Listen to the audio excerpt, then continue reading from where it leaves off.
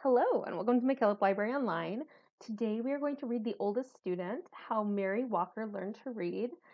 And this is a beautiful book by Rita Lorraine Hubbard, and Caldecott Honor winner Oge Mora is the one who does the illustrations for it. She did Thank You, Amu, which was a Caldecott Honor book last year. All right. Whenever young Mary Walker was tired, she would shield her eyes from the sun and watch the swallow-tailed kites dip and soar above the trees. That must be what it's like to be free, she thought. But Mary didn't watch for long. Even at only 8 years old, she knew the first rule of the Union Springs, Alabama plantation she lived on: keep working. She knew the second rule, too. Slaves should not be taught to read or write, or to do anything that might help them learn to do so. Mary didn't stop working. She didn't learn to read either. But at the end of each long day picking cotton, toting water to Papa and the other slaves who chopped wood for the train tracks, or helping Mama clean the big house, she would lie in her little bed next to the crumbling fireplace and think about those birds. When I'm free, I'll go where I want and rest when I want, and I'll learn to read too. When she was 15, it happened. Mary and her mother, brothers, and sisters were set free. The Emancipation Proclamation said so. What it didn't say was how a family with nothing except the tattered garments on their backs could find food, clothes, and a place to sleep. Mary's father had died, and the family was on its own. Freedom Road to Freedom Road. Across fields and through woods, ex-slaves surged like waves crashing hard to shore. Now that they were free, every road was Freedom Road. Many headed north and west and every which way, searching for long-lost family members or simply experiencing the wonder of being free. Others, like Mary, chose to stay in the South. An organization called the Freedmen's Bureau helped those who stayed to find shelter on abandoned Confederate land. Mary and her family settled in a one-room cabin, and for the next few years she worked alongside her mama to help feed her siblings. 7 days a week she churned butter, cleaned houses, and cared for other folks' children. The hours were long, and if Mary was thirsty or hungry or needed to use the outhouse, she had to wait until she got home. At week's end, she would offer Mama the one lonely quarter she had earned. One day, Mary met a group of evangelists on the roadside. A woman with soft wrinkles in her kindly face placed a big, beautiful Bible in Mary's hands and told her, "Your civil rights are in these pages." Mary didn't know what civil rights were. She only knew that top to bottom, front to back, that book was filled with words. "I'm going to learn to read those words," she vowed. But not today. Today there was work to be done. And tomorrow, too. When Mary got married, she and her husband worked as sharecroppers, renting someone else's house, using someone else's tools, and planting someone else's seeds to farm land they would never own. After they harvested the crops, almost all the money they earned went to pay for the housing, tool, and seed costs. Mary was 20 years old when her first son was born. She opened her Bible and marveled at the squiggles inside. There had to be time to learn to read. A friend wrote Mary's son's birth date in the Bible, August 26, 1869. Then Mary dipped a pen into an inkwell and made her own mark beside it. Not a letter, not a name, just a mark. It was the best she could do. One day, Mary's husband died. She married again, and a second son was born, then a third.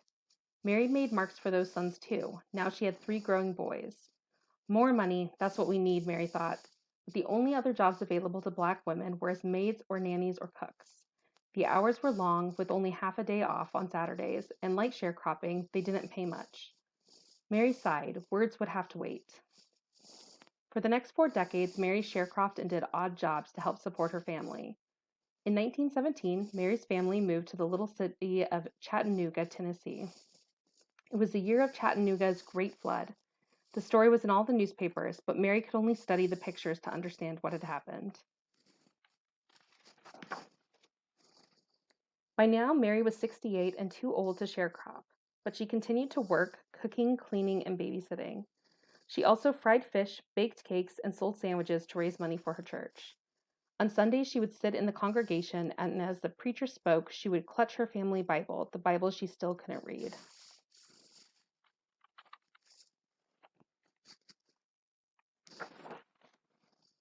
When Mary was well past 90, she and her husband sat in their creaky rockers while one or another of their sons read to them. After the 2 younger boys died, the eldest read. Then Mary's husband died. Several years later, her eldest son died too. He was 94. Mary had outlived her entire family. She was 114 years old and alone. Can't read, she said, can't write, I don't know anything. Mary stood at the window of her retirement home and gazed down at the world below. Words were everywhere, on billboards, on buildings, on store windows and trucks. She sighed. All this time, she thought, and they still look like squiggles.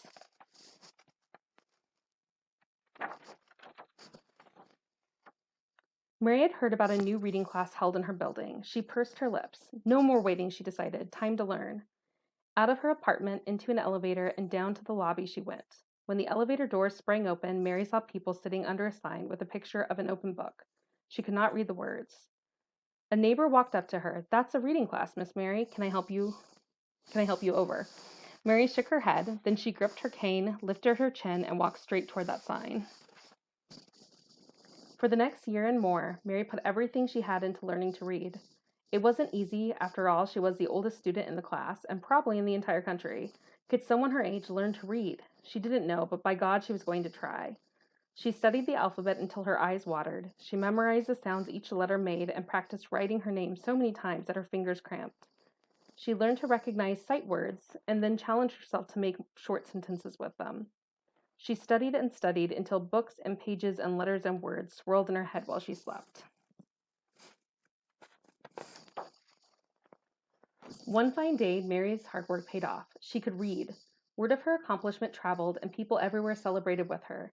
Chattanooga's mayor, newspaper journalists across the country, and a man from the U.S. Department of Education who said, "Mrs. Mary Walker, I pronounce you the nation's oldest student," all shared her joy. Mary felt complete. She still missed her sons, but whenever she was lonely, she read from her Bible or looked out of her window and read the words in the street below. From then on, Chattanoogans honored Mary's achievement with yearly birthday parties. In 1966, President Lyndon B. Johnson sent well wishes on Mary's 118th birthday, and in 1969, President Richard Nixon did the same. Mary was now 121 years old. Mary received many gifts over the years: a radio, a sofa, her very first television, a new Bible, the key to the city, and perfume and champagne from the Canadian Mounties. She also received something that brought her back those long days in the Alabama cotton fields, her first airplane ride. From the cockpit window, Mary gazed at the trees and rooftops below. No different than a horse and buggy ride, she joked, but she knew it was. As the airplane dipped and soared like those swallow-tailed kites of long ago, Mary decided that flying was a lot like reading. They both made a body feel as free as a bird. Each year before her birthday celebration came to an end, someone would whisper, Let's listen to Miss Mary." The shuffling and movement would fade away until not a sound was heard. Then Mary would stand on her old legs, clear her old throat, and read from her Bible or her schoolbook in a voice that was clear and strong. When she finished, she would gently close her book and say, "You're never too old to learn."